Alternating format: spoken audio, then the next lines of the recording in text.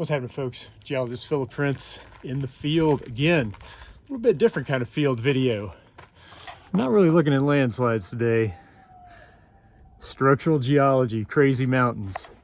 If you don't recognize this already, chances are you've seen it before. If you have driven Interstate 77 from West Virginia, Ohio, something like that, to Myrtle Beach, South Carolina, you've seen it. It's Pilot Mountain.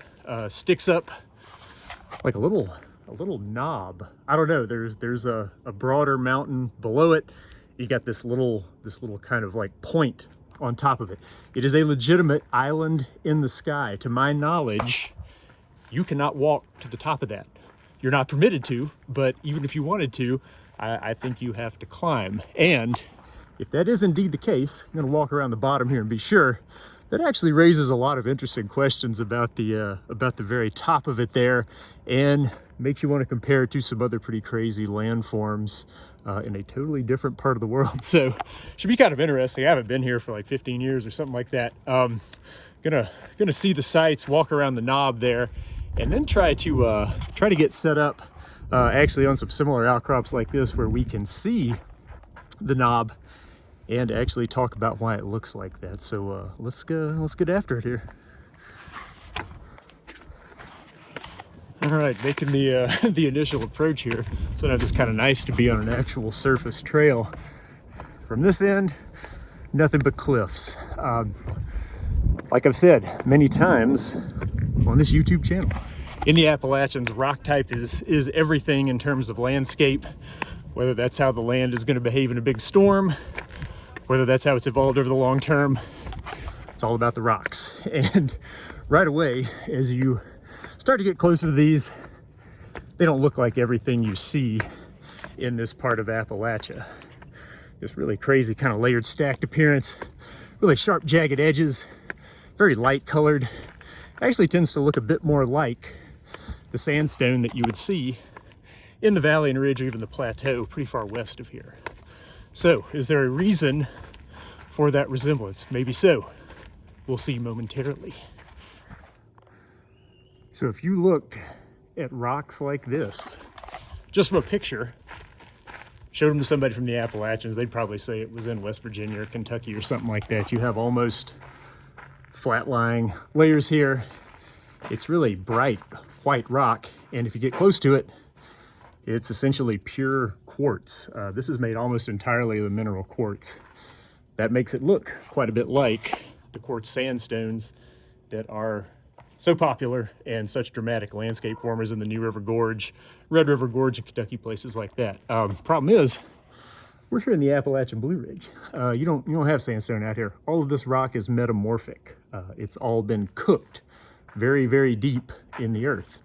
And sure enough, that's what you got here. It's basically cooked sandstone. So this started off as a big geologic deposit of quartz-rich sand, but it got caught up in the mountain building event and buried deep enough that it cooked into a rock type called quartzite. Looks quite a bit like those sandstones further west, behaves kind of like them in the landscape, but if you got really close, you would see that there are other minerals present here that tell you this thing got really deeply buried. So I don't know, how does that happen? I'm gonna draw that out later, but right now we'll keep rolling. Thus far, nothing but cliffs all around. So you absolutely could not get to the top of this little plug by any means other than flying or climbing. So we'll see if that continues.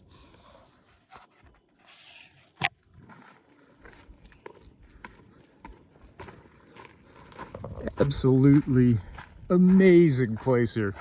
Crazy. Can't believe it's been so long since I've been back here. What you're looking at right here, this is pretty typical of what you see, as far as I can tell, all around up here.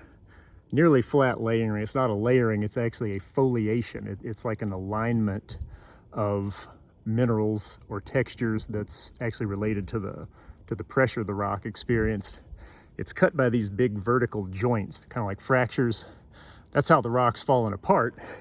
And actually, if you look right up inside of that big joint right there where it's open, there's big chalk stones that have fallen down in there. So at some point down the road, all of that right there It's going to take a ride down the hill, and it probably has about 1,000 feet, about 300 meters or so to go. If you look out over the Appalachian Piedmont here, that's what this place would look like if it had if it had more normal rock exposed here, rock that had more feldspar and mica in it. Obviously not the case here, which produces these insane cliffs and this really abrupt transition from what's otherwise a really flat rolling landscape into one that looks like it belongs somewhere high in the mountains. Really cool. So an interesting detail that you can see up close of the rock are the little folds right there. I'll get the finger out of the way. Folding like that is something that's going to occur in metamorphic rocks. You wouldn't see anything like that out in the Appalachian Plateau. That's going to be rock that has been buried many miles, been exposed to tremendous oriented stress, and the result of that layer there actually has a slightly different mineral composition. It's kind of wrinkled up like an accordion. You would see traces of that behavior in these white quartzite layers as well, but you're not going to see it as the accordion style folding like that. So if you were a geologist coming up on a place like this for the first time, you would kind of wonder what's going on. You would actually have to look closely at the rock like we just did there to get a sense of what the context of this particular feature might be, particularly when it's hanging out with rocks that act like that in terms of their landscape forming potential. So out here on the east end of the mountain now, and looking out further east, you're looking out towards the Saratown Mountains, Hanging Rock, Moore's Wall, features like that. Guess what? More quartzite out there. So Pilot Mountain here isn't the only quartzite feature in the area, and indeed, if you were to drive over to those mountains and go and look at the cliffs on top of them, you would see that it's the same stuff that we're looking at here. So this is a limited geologic occurrence. It stretches for a few miles out here in the Piedmont, and everywhere that quartzite's present, you get a crazy steep mountain like the one that we're looking at here. And as we make the rounds, yeah, we're still in climb or fly territory here. It would not be possible for a deer, something like that, to actually get up on top of the mountain as we see it. So it's an interesting thought. It's particularly interesting when you think about how slowly erosion is thought to occur in the Appalachians. And when we get a chance to sketch all of this out, try to explain that a little bit more, but it's very likely that nobody's been able to walk up there for a really long time. So with this view in mind, actually it's probably time to cut away and sketch this out right now, because I want to try to put this mountain, Pilot Mountain, and the Saratowns in context, and then talk also about the Blue Ridge that's way out there in the distance. Not something you can do just describing. You legitimately have to see a picture. Fortunately, got the dry erase board in there, so we'll handle that, and then come back to the trail here, I think.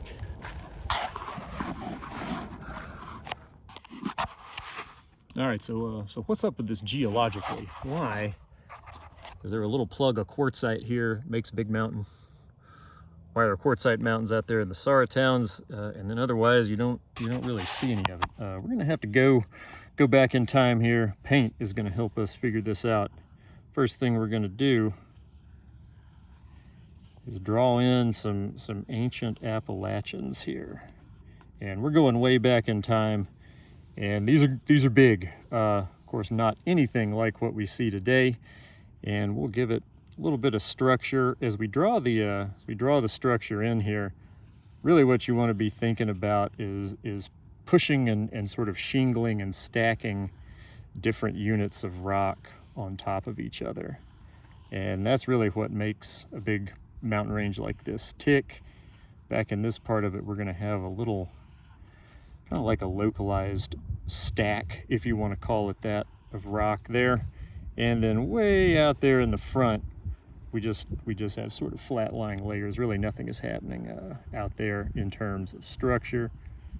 Got our big mountains back there. So out here in the foothills, we got folded, thrusted sedimentary rocks. These are going to make you know, sort of ridges. I mean, there will be mountain topography out here, but it's not going to be anything like what's going on back in this part of the mountains where the really big stuff is located. Andes, Himalayas, something like that. Big mountains. Okay, so what's going on here? This is where sequences of rock have been kind of stacked and arched in one place, and it's sort of arched and folded the big mass of rock over top of it. Okay, so that's going to become important down the road. Obviously, these mountains are not here anymore. What do we got going on today? Something much more eroded, and the reason I'm so interested in this is the rock at the very top of this little arch or stack or whatever you want to call it. That's the quartzite. So that's gonna be sort of a landmark for us here as we erode the drawing down and try to get down to a modern day land surface here. So something like that. A little bit of valley and ridge action out here. Got a blue ridge. And then there's Pilot Mountain. So that should actually worked out pretty well there. So that little bump there is where the very top of that stack of rock, which is different from the rocks around it, it's kind of poking up through the surrounding rock layers that are not as good at withstanding erosion. And if we were to go here, kind of fill in the rest of our landscape like that, we're gonna have a blue ridge. It's got a big step up on the western side, and then it's also got the Blue Ridge Escarpment here on the east side, which you can just barely see out in the distance. Really interesting landform there. It doesn't have anything to do with any geologic change, which makes it very unique in the Appalachian Mountains. Got the edge of the Appalachian Plateau. That would be out there in West Virginia. Virginia here, North Carolina. And then we'll kind of fill in our valley and ridges here a little bit. Interestingly, the ridges in the valley and ridge, quite a few of them are actually higher than most of what you would see in the Blue Ridge. The highest mountains in the Appalachians are still in the Blue Ridge today, but a lot of parts of the valley and ridge are actually quite a bit higher than what you see here in the Blue Ridge, which was very much not the case in the olden days. But this layout you see here, this is pretty much it. So got our little stack, our little arch of rock sequences there that have been lifted up. They were lifted up sort of inside the mountains, and now they're poking out of these surrounding rocks. They're very different from the surrounding rocks, and when the erosion gets to rolling, it's going to eat up everything around it and leave that little cap of quartzite behind. So the reason that you don't see many of these is you have to have one of these little stacks here in the right place, and it has to be lifting the right kind of rocks to where they stick out amongst very different surroundings. Don't really see that, of course, structurally speaking, underneath the Blue Ridge. You do tend to see it in a couple more places out here into the Piedmont, and I can use geologically at least sort of Blue Ridge and Piedmont kind of interchangeably here. They are different areas, they're different rock masses, but they're all part of this one big sort of slab of rock that was pushed in during Appalachian mountain building, and what we're sitting on now is now poking up through that. Well, can you see this quartzite rock anywhere else? We'll mark it with red right there. There's a layer of quartzite that sticks up on the west side of the Blue Ridge, and then there's also one that's down underneath us. It's probably down underneath us several miles right now. Were these all connected at one point? Nobody knows for sure, and that's the kind of thing that would be very difficult to answer in the Appalachians, just because the erosion here has been so intense. And you don't really see a lot of rock. Of course, you've got hard rock like that making cliffs. You can study it somewhat effectively if you can climb or rappel, but otherwise outcrop is limited, and it makes it kind of difficult to answer a lot of these questions about the evolution of the range. But that's what you got today, in just the top of that little knot that has arched everything up around it, and erosion has kind of worn through that sheet. It's like wearing through a pair of pants and seeing your knee sticking out or something like that. that's what you got here at Pilot Mountain, which is why it is so unique.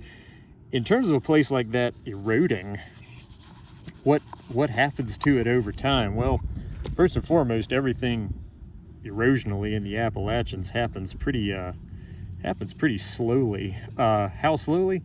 Nobody knows that for sure either, because it's equally difficult to study. But suffice it to say, a mountain with a capping a quartzite like that, there's not a river on top of it eroding it. The rock doesn't dissolve away. Really, all that can happen is pieces can fall off of the cliff and kind of tumble down the slope, and the mountain gets a little bit smaller. Have that happen over here, make the mountain a little bit smaller. We'll pile the pieces up, and you actually see evidence of that going on over time. It's very likely, I don't know, that the top of that has been cut off by cliffs for, like, you know, tens of thousands of years, maybe more. I'll think about that some more. But that's very much kind of a lost world up there. And it's just like a tepui. There's a feature in South America. Angel Falls falls off of one. They're called tepuis. They're big plateau mountains. And they are exactly what you're looking at here. They're a capping of quartzite over more erodible rock. They are much larger, of course. They have rivers and sort of whole ecosystems on top of them. But the overall idea is exactly the same. So when you're riding down 77, you see Pilot Mountain off there in the distance. You can think of it as kind of a miniature tepui out there, and it will continue to evolve until it has really just, you know, turned into an ever smaller little plug of hard rock there, with a bunch of boulders piled up around it. When will that be? Who knows? So cool place, cool structural geology, cool landform evolution. Man, I don't know. It's right here. You can just drive right up. Really sort of one of a kind. Take a few minutes off the interstate. Absolutely worth the visit. Okay, so that's kind of the long and the short of the structure here and the erosional style. Here on the north side now, still cliffs. So it's it's a legitimate island in the sky, and thus you could say a miniature tepui, just like you would see down in South America. Why aren't there more of them? Well, the geologic structure necessary to kind of arch this layer up beneath the Blue Ridge, it's just not present everywhere, or at least that's the best understanding we have right now. So in the geologic future, could you expect to see more of these emerge with deeper erosion? Maybe, maybe not. There really isn't enough understanding of what's miles underneath us right now to answer that question. But I don't know, if you get a chance to stop here, 100% do it. This is a very unique landscape. I can tell you that as a geologist. You will not see many of these, and the access is so good, and the ability to actually get up close to the rock like we're doing here is so good that you shouldn't miss it. No admission, drive right up, come check this place out. Okay, so didn't make it off the north side before we found what I have always heard about, and is sort of one of the most famous parts of Pilot Mountain.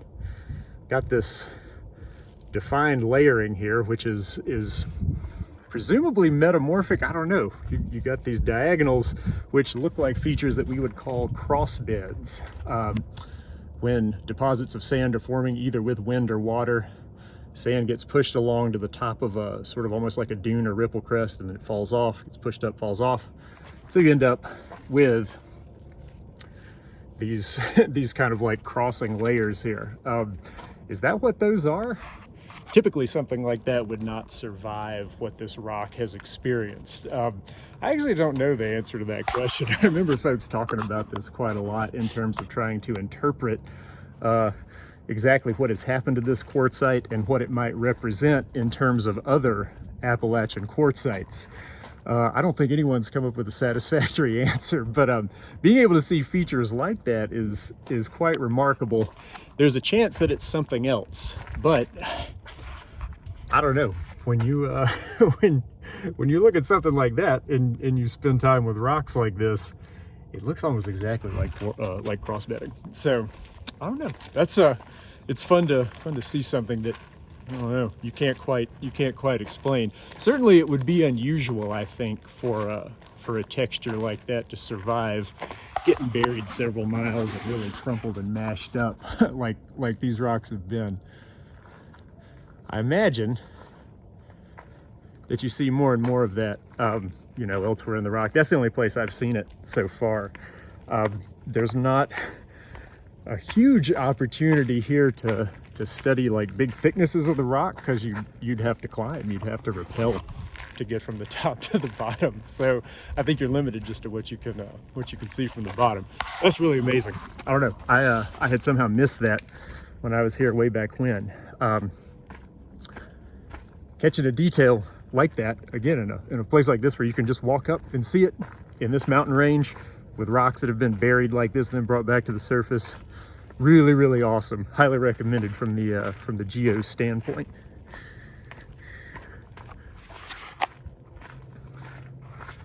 Okay, so that's the end of the line right there. Been around the entire the entire knob, what they call the big pinnacle here, and you cannot walk to the top. It is absolutely cut off by cliffs all around. Chances are it has been like that for tens of thousands of years, maybe. You know, I don't know. Nobody knows that much about erosional details in this part of Appalachia, but suffice it to say, for an extensive period of time, it truly has been a lost world up on top there. There's no streams flowing across it, so there's nothing to erode it.